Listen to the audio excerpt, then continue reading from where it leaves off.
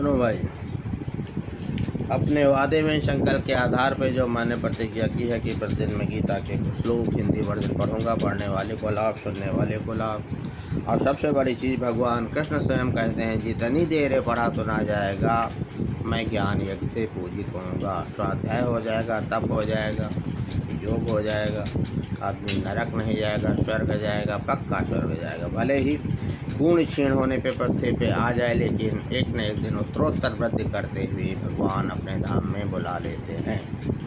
बीज का नाश नहीं है, आदमियों की तरह भगवान स्वार्थी नहीं है। इसलिए गीता जो लिखी गई है ये मानव समुदाय के लिए है, पूरे विश्व के लिए, किसी एक जात विशेष के लिए नहीं। इसे पढ़ना चाहिए। चतुर्थ अध्याय चल रहा है, कल बता चुके हैं।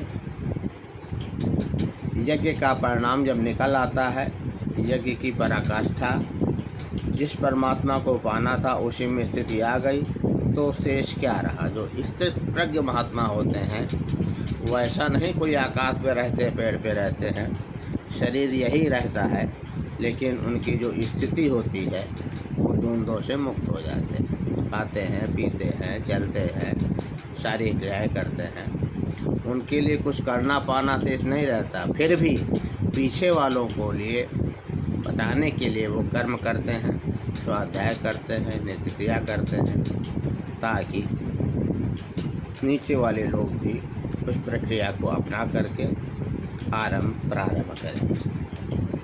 द्रव्य यज्ञास् पो यज्ञ योग यज्ञास्ता फले स्वाध्याय ज्ञानस्याय यतया संसित वार्ता। पुनः योगेश्वर श्री कृष्ण यज्ञ को भली प्रकार समझाते हैं।